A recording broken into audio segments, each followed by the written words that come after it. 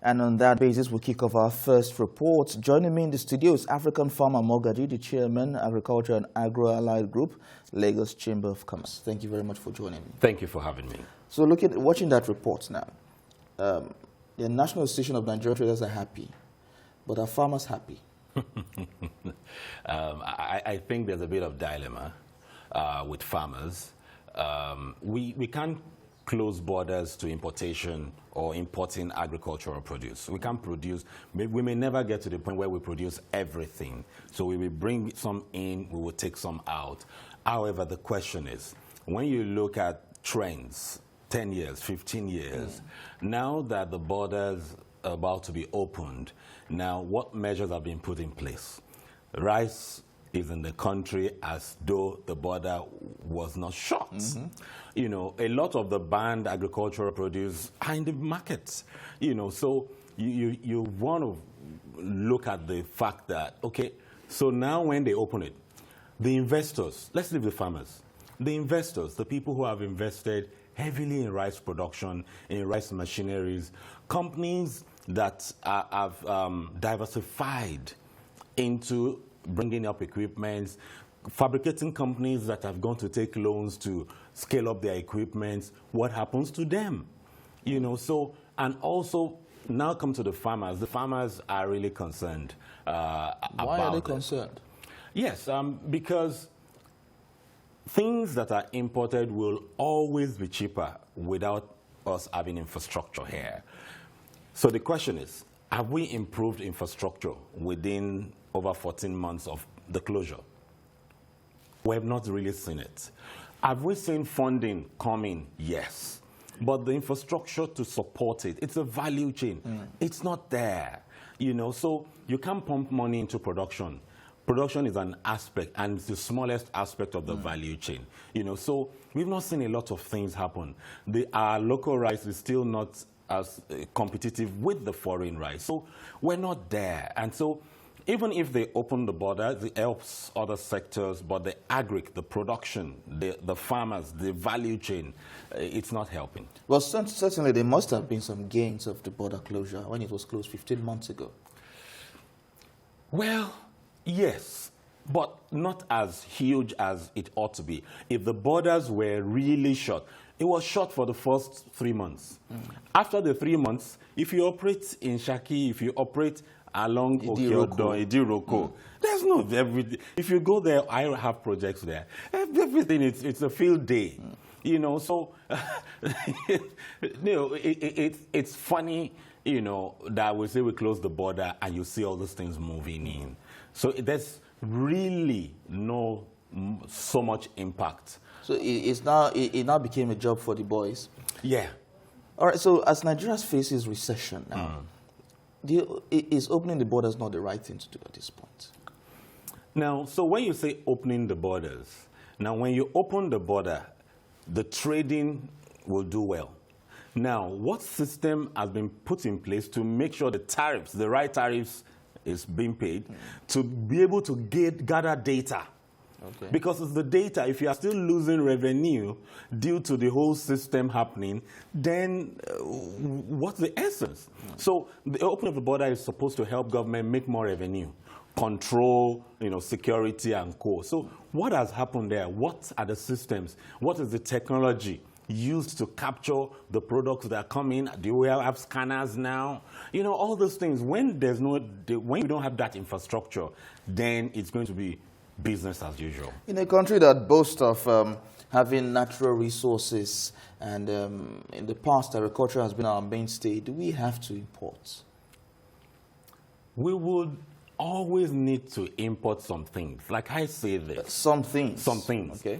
America is one of the largest producers of tomatoes, and yet they still import heavily tomatoes. So, but they specialized in tomatoes meant for puree, paste, you know, ketchups and co. While they import the fresh tomatoes, the ones we blend here for soups and stew, they import it from Mexico and give Mexico soybean and maize. So we will not get there where we would, you know, totally just close the border to agricultural produce. It's just that we need to put in infrastructure, monitor and evaluate.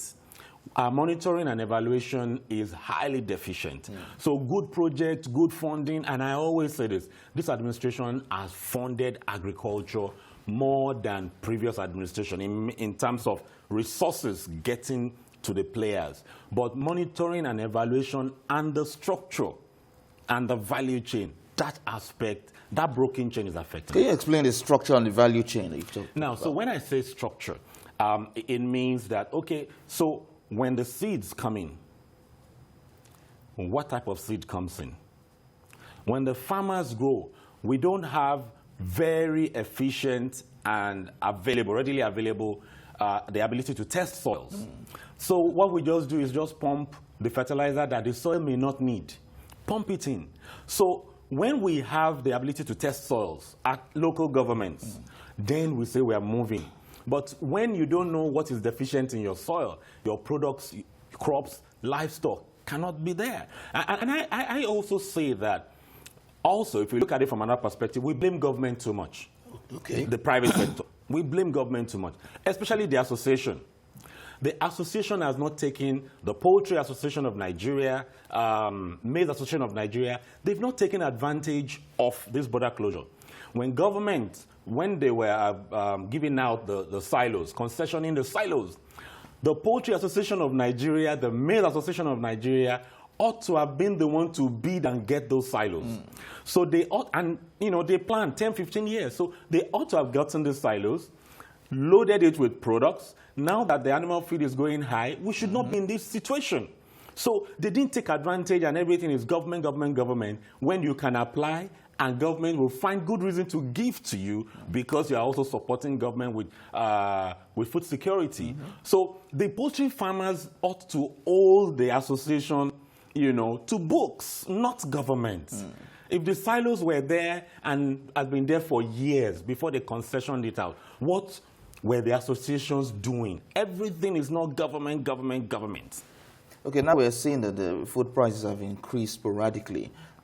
People might say it's because of the season, we're getting to Christmas. But what is the importance of private sector? How can private players come in to ensure that Nigeria is food secured? That's where the value chain comes in.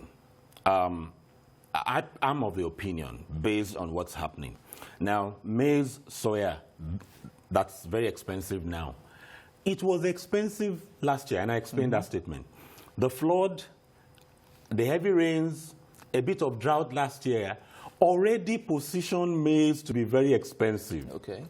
So as at March this year, we predicted that it would get to 150. It's 165 for corn now. So 150, 165, and ideally it should be around that 60, 70, depending on the period. So, and so bottom line is that we're not planning enough. The associations also are not collaborating with the importers. Okay. So everybody is operating in isolation. So when there's a challenge, everybody now starts reacting instead of planning together. We need the customs also, to buckle up. We need them to ensure that when quality comes in, it's easy for the people here to produce and be competitive. But when low quality comes in, it drops the price here. So that's, government is not mediating both sides properly. There's a lot of personal interest involved, and Nigerians are paying for it, and the government is getting a bad name for it. Yeah. Okay, so for the first time, Nigerians were buying local rice when the border was closed. Yeah. And we saw the market was flooded with local rice quite all right.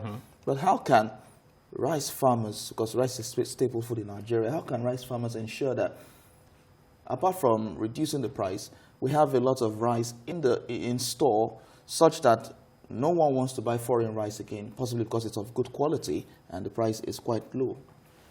You see, the realities and the truth is different, in this sector. Now, when we saw that surge of a lot of local rice, it was local rice from previous years and the years before. Oh, okay. So there were warehouses full of local rice. So when they banned it, it looked like we're now sustainable and cool. But that momentum ought not to have stopped. So now the question is, if a bag of rice is, if the foreign bag of rice is 32,000 and the local rice is 28,000, what incentive do I have to eat local rice? It doesn't, most doesn't taste like the foreign, doesn't look like the foreign. So if there's a 10,000 naira difference, then you buy it. But there's no difference. So instead of taking rice 5 days a week, you just take 2 or 3. So we need that system. We need our silos to be full with rice first before we can be looking at, really selling. Selling is 1% of it. Silos, reservoirs, reserves to be full of rice. That is when we can control the price. Nobody can control price now because we don't have any reserve. Okay. All right, African Farmer Mogaji, thank you very much for talking to us at this point. Thank you for having me.